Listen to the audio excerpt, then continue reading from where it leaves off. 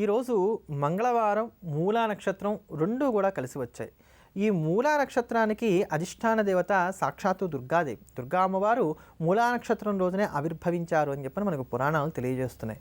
అలానే అమ్మవారు ఆవిర్భవించినటువంటి వారం కూడా మనకి మంగళవారమే కనుక మీరు మంగళవారము అటువంటి మూలా నక్షత్రం రెండు కూడా కలిసి వచ్చాయి కనుక ఈరోజు చేసేటువంటి దుర్గారాధన చాలా ప్రశస్తమైనటువంటిది. ఎవరైతే ప్రతి మంగళవారం కూడా అసలు గౌరీదేవిని పూజిస్తారో దుర్గాదేవిని పూజిస్తారో వారికి ఉండేటువంటి మనసులో ఉండేటువంటి కోరికలన్నీ కూడా నెరవేరుతాయి అని, అందుకోసమే రాహుకాల సమయంలో మంగళవారం ఉన్నటువంటి రోజున దుర్గాదేవిని ఆరాధన చేయటం అనేది మనం ప్రధానంగా గమనిస్తూ ఉంటాం. అంతటి ప్రత్యేకమైనటువంటి మంగళవారం ఉన్నటువంటి నేటి రోజున అమ్మవారి యొక్క పరిపూర్ణమైనటువంటి అనుగ్రహాన్ని మనకు అందించేటువంటి దుర్గా అపరాజిత స్తోత్రాన్ని శ్రవణం చేద్దాం. తద్వారా అమ్మవారి యొక్క పరిపూర్ణమైనటువంటి అనుగ్రహాన్ని పొందుదాం. స్తోత్రంలోనే చెప్పబడింది అపరాజిత స్తవం. ఎప్పుడు కూడా జయమే తప్ప అపజయం అంటే అమ్మవారికి తెలియదుట. అందుకని అమ్మవారికి ఉండేటువంటి చిలకెత్తుల పేర్లే జయ విజయ.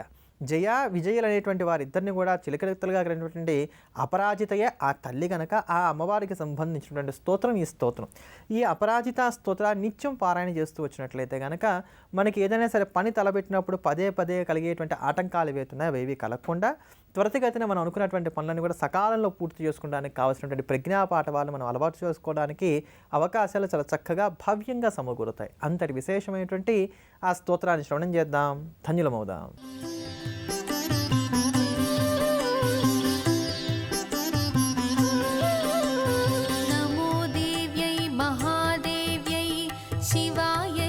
सततं नमः नमः प्रकृत्यै भद्रायै नियता प्रणता स्मतां रौद्रायै ते नमो नित्ये गौर्यै धात्रै नमो नमः ज्योत्स्नायै चन्द्ररूपिण्यै सुखायै सततं नमः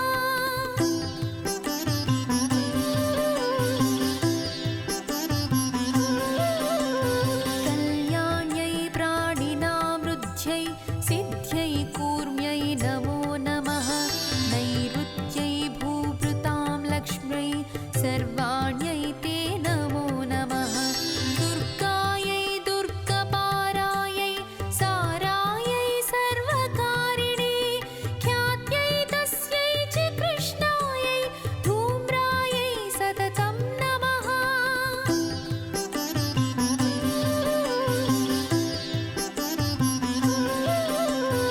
अतिसौम्या अतिरौद्रायै नमस्तस्यै नमो नमः नमो जगत्प्रतिष्ठायै देव्यै कृत्यै नमो नमः प्रथमं विष्णुमायेति द्वितीयं चेतना स्मृता. మనం తెలుసో తెలియకో అనేక పాపాలు చేస్తూ ఉంటాం. అందుకనే ఈ పాపాలను కూడా అనేక రకాలుగా పెద్దలు విభజించి ఉన్నారు. పంచమహాపాతకాలని, తెలిసి చేసేటువంటి పాతకాలని, అజ్ఞానం చేత చేసేటువంటి పాపాలని, మానసికంగా చేసేవి, శారీరకంగా చేసేవి, వాక్కుతో చేసేవి, ఇలా రకరకాలుగా పాపాలను ఉద్దేశించి ఉన్నారు. ఒక్కొక్క పాపమునకు ఒక్కొక్క దోషం చెప్పబడింది. ఒక్కొక్క పాప కారణం చేత ఒక్కొక్క విధమైనటువంటి వ్యాధి ఏర్పడుతుంది. అలానే ఒక్కొక్క పాప కారణం చేత ఒక్కొక్క విధమైనటువంటి ఆర్థిక సమస్య కూడా కలుగుతూ ఉంటుంది. కనుకే పాపములు లేకుండా పుణ్యాన్ని మనం ఎంతగా వృద్ధి చేసుకోగలుగుతూ ఉన్నట్లయితే మనం అంత సుఖంగా జీవనాన్ని సాగించుకోగలుగుతాం. అలా పురాకృతమైనటువంటి పాపాలన్నీ కూడా తీసివేసి పుణ్య సంపదను వృద్ధి చేస్తూ ఎప్పటికప్పుడు మనం సంరక్షించేటువంటి పరమాద్భుతమైనటువంటి సూక్తమే పురుష సూక్తం. ధర్మ అర్థ కామ్య మోక్షములను చెప్పబడేటువంటి చతుర్విధములైనటువంటి పురుషార్థములు ఏవైతే ఉన్నాయో ఆ పురుషార్థాలన్నింటినీ కూడా సాధించుకోవడం ఎలా అనే దానికి సమాధానం చెప్పేటువంటి సూక్తమే పురుష సూక్తం. అందుకని ఈ పురుష సూక్తాన్ని నిత్యం శ్రవణం చేస్తూ ఉన్నట్లయితే, ఇలా చక్కగా వింటూ ఉన్నట్లయితే, శ్రద్ధతో మనసు పెట్టి వింటూ ఉన్నంత మాత్రం చేతనే శ్రీమన్నారాయణ సంతోషపడి వారికి కావాల్సినటువంటి సమస్తమైనటువంటి శ్రేయస్సులను కూడా సమకూరుస్తాడని చెప్పని దీనికి ఉండేటువంటి ఫలశ్రుతి మనకి తెలియజేస్తోంది. న క్రోధో న చ మాత్సర్యం న లౌభో న శుభామతి భవంతి కృత పుణ్యానాం భక్తానాం పురుషోత్తమి అంటూ ఈ పురుష సూక్తాన్ని నిత్యం శ్రవణం చేసేటువంటి వారికి అరిషడ్వర్గాల వల్ల ఎటువంటి ఆపదలు కలగకుండా ఉంటాయని చెప్పని, కామాది వికారాలన్నింటినీ కూడా జయించగలుగుతారంటూ కూడా దీనికి ఉండేటువంటి ఫలశ్రుతి మనకు భవ్యంగా తెలియజేస్తోంది. అలానే సంతానలేమితో బాధపడేటువంటి వారు నిత్యం కూడా ఈ సూక్తాన్ని శ్రద్ధతో శ్రవణం చేస్తూ వచ్చినట్లయితే వారికి చక్కటి సత్సంతానం కలగడానికి కానీ ఆస్కారం ఏర్పడుతుంది.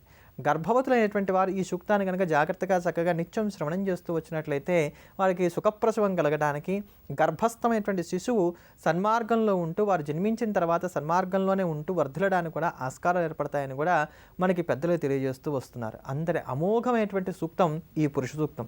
అంతటి అద్భుతమైనటువంటి ఆ పురుష సూక్తాన్ని శ్రవణం చేద్దాం, ధన్యులమవుదాం. सहस्रशीर्षा पुरुषः सहस्राक्षः सहस्रपात् स भूमिं विश्वतो कृत्वा अत्यधिष्ठद्दशाङ्गुलम् पुरुष एवेदगुं सर्वं यद्भूतं यश्च भव्यम् उतामृतत्वशेषानः यदन्नेनातिरोहते एतावानस्य महिमा अतोच्छायागोश्च पुरुषः पादोश्च विश्वाभूतानि त्रिपादस्य अमृतं दिवे त्रिपादोर्ध्ववदैः पुरुषः पादोस्येह भवात्मनः ततो विश्वन्यक्रामतो सहसनासने अभि तस्माद्विराडजायत विराजो अधिपूरुषः स जातो अश्चरिष्यत पश्चाद्भूमिमथो पुरः यत्पुरुषेण हविषा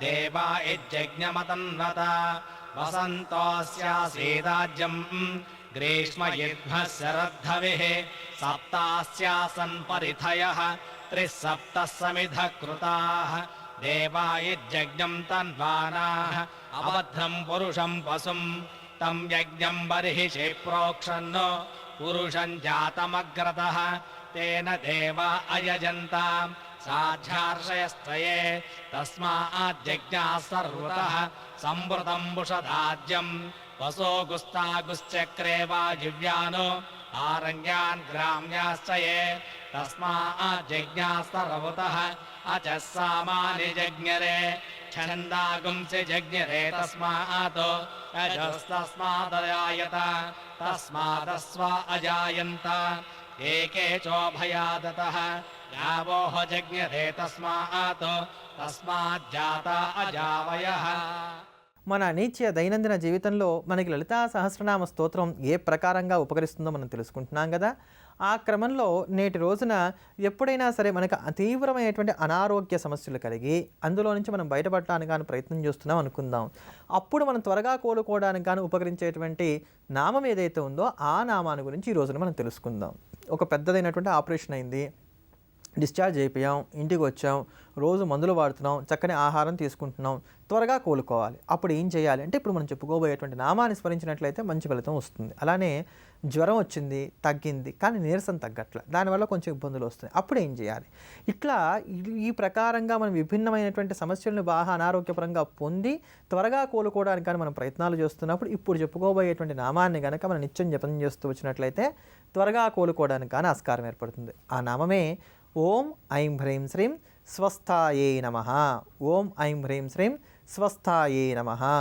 ఓం ఐం హ్రీం శ్రీం స్వస్థాయే నమః.